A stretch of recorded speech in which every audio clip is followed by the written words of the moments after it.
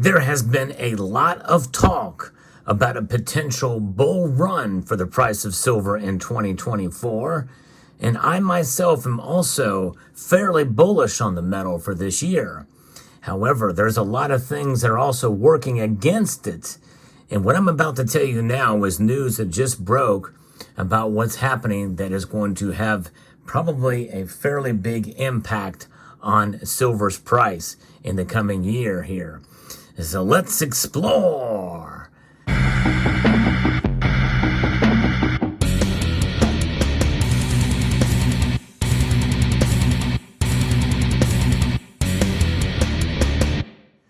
That's right, silver. It's very frustrating to watch the price kind of hover around the area that it's in now, especially with all that's going on. It just seems like there's so much more hope and potential for the price to go up than down. But nonetheless, there are things that do occur that can really stifle the silver market and the selling of silver in general. And what we're going to talk about here is a very serious case that has just come across the wires, that has just been enacted, that I think is going to have a dampening effect on silver's price. And I'll give you a hint before we get into it. It's all too familiar of a story with many European silver stackers. Yes, indeed. And before we get into the story here by Kitco about what's going on here, I want you to understand that I like to post all stories about gold and silver, whether they be good or bad news. I think the best thing we can do is be realistic about it. It's not always a rosy picture when it comes to silver, even though the metal itself does indeed shine bright. We know this. The beauty of the metal cannot be surpassed as far as the reflectivity and the shine and the beauty. But nonetheless, notwithstanding, when we accumulate silver, I think there's got to come a point in time where when we think about it in terms of ounces, in terms of the weight, as a savings vehicle outside of the system, as a major reason to stack, that really does transcend price, because you're accentuating the value of the metal, not just the price. Price is important, notwithstanding, but nonetheless, here's one thing that's going to probably put a damper on the price this year, and that is this story coming to us from Kitco. India raises duties on non-bar gold and silver imports by 50%, effective immediately. This is news that has come out that India has raised the import duties on gold and silver findings, coins, and spent catalyst containing precious metals by 50%, the government announced just recently here. According to the finance ministry, the import duty on precious metals findings and coins will now be 15%, up from 10% previously. And the new rate is in effect as of January 22nd. That's pretty big, imports by 50%. And the ministry said that the measure was taken to eliminate the tax advantage of importing gold and silver in the form of findings rather than in bars, which already had 15% duty charges. Findings are small components such as hooks, clasps, clamps, pins, catches, and other fasteners used to assemble jewelry. And there's a lot of that stuff that comes through, and I think that when you see this thing happen, they're capturing more taxation on the stuff that's coming in. I think it's gonna put a damper. It's gonna hurt overall. And even though these are small components, the ministry also raised the import duty on spent catalysts containing precious metals to 14.35% from 10%.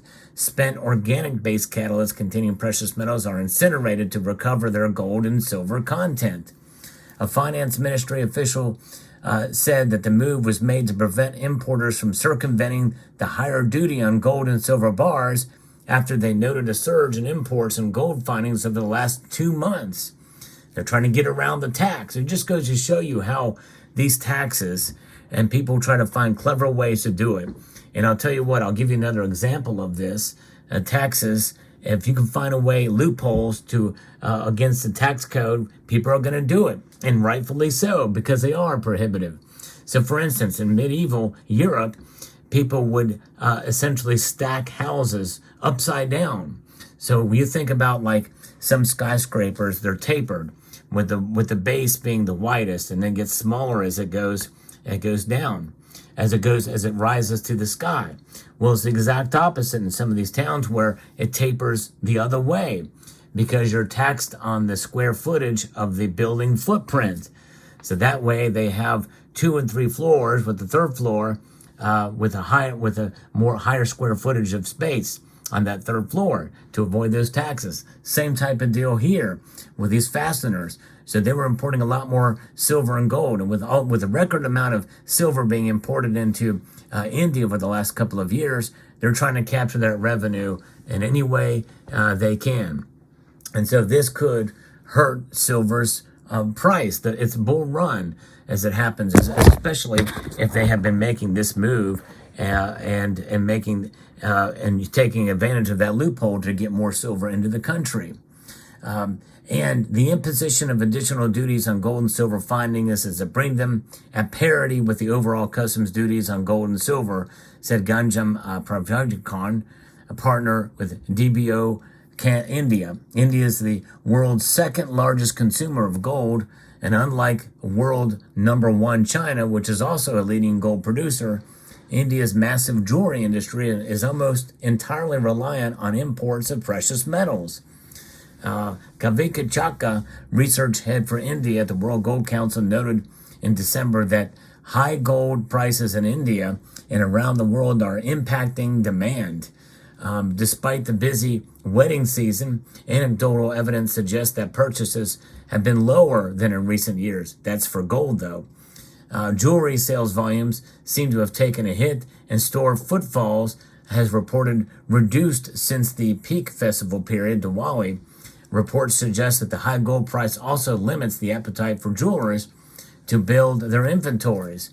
And the high price, but also taxation will also inhibit that. And when you think about it, if people can take silver and form them in fasteners and ship them and remelt them down and fabricate them into the finished product and to avoid taxation, that's what they're going to do. Now they won't have that loophole. And it just goes to show you how debilitating taxation can be. And in some countries in Europe, especially in the United Kingdom, they have the VAT, the value added tax, which is 20%, which makes it very cost prohibitive to buy silver because you're paying 20% on top of spot price and on top of premiums, which is crazy. And if I'm not mistaken, that 20% duty or tax is on the total cost of the silver. I don't think it's necessarily just a spot price, but I could be wrong. Chetko said that consumers appear to be buying gold to meet wedding-related needs, but are otherwise largely staying away from discretionary purchases. And by the way, many of them are replacing gold with silver, especially with the gold to silver ratio at near 90-1 now. There's a lot of people buying silver instead of gold in this area. And that's going to be hampered with this tax on these fasteners, I believe. So looking ahead, jewelry demand may find it difficult to rebound while the high price environment remains. At the same time, investment demand for gold is likely to get a boost, supported by the favorable domestic economic growth prospects and the trend for growing domestic investment inflows amid the prevailing global geopolitical and economic uncertainty. That very well could be true, but I think that as far as jewelry, which is a large amount of it, especially in India, is going to be hurt, and I think that it's going to have a damper. See, things like this, and as to how much it will be, no one really knows. But the thing is, with all the things, all the bullish factors that come into play for this year for silver, keep in mind there are things like this that could put a damper on it. And that could be all it is. It just prevent it from climbing higher than what it is, which is just going to frustrate silver stackers. But it just goes to show you this is just one piece of the overall factors in the silver market that can have an effect on silver's price. You have inflationary factors that come into play as well too, in terms of the production for silver. In other words, because of high fuel costs and because of the cost of everything else involved in producing silver, it's going to be more expensive to produce. The value of this goes down, and when the price of this stays kind of near the same, adjusted for inflation, well, that's the best thing you can hope for. But nonetheless, if it falls, adjusted for inflation, it can be very frustrating for silver stackers. But that is just a temporary thing, especially when we give in 2023. 2023, we saw silver actually lose price adjusted for inflation over the course of 2023, which kind of shocked a lot of stackers out there. But it's things like this, little things like this that can put a damper, it can weigh on it.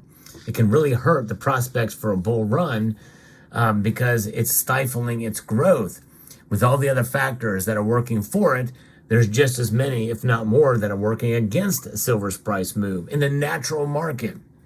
And that's the overall lesson here I want to send with this video, so that it helps you understand the dynamics of the silver market. So keep that in mind. The best thing to keep hope alive with silver is to understand that it's a long-term proposition. It's a savings vehicle against the system from which this dominates, the dollar. So we have money. Article 1, Section 10 of the Constitution says that silver is indeed a monetary metal, even though it's not used for daily transactions. We can have it in our portfolio as a way to save against a possible worst case scenario, which is unlikely to happen anytime soon, in my view. But still, even for a personal worst case scenario, you always have the ultimate stopgap if you need to sell it. But I think the idea is to have enough of these on hand so that you don't have to. If you have to sell your silver, may it be a last resort. A last resort. I think if more people understood that and just held on to the silver through these tough times of low silver prices, you will be rewarded in due course. And that rewarding will be a glorious time indeed. But what does that reward look like? That reward looks like a wealth preservation by any stretch, by any manner through the course of your stacking journey of buying silver at times when your budget allows, a little bit more when the price is low, a little bit less, or maybe even not at all if the price spikes up dramatically in a day or so. So there you have it. So I hope you found this video informative, insightful, and educational. Let me know what your thoughts are in the comment section down below. I'd like to extend a multitude of gratitude to each and every one of you for taking the time to watch, and to encourage you to please rate, share, comment, and subscribe.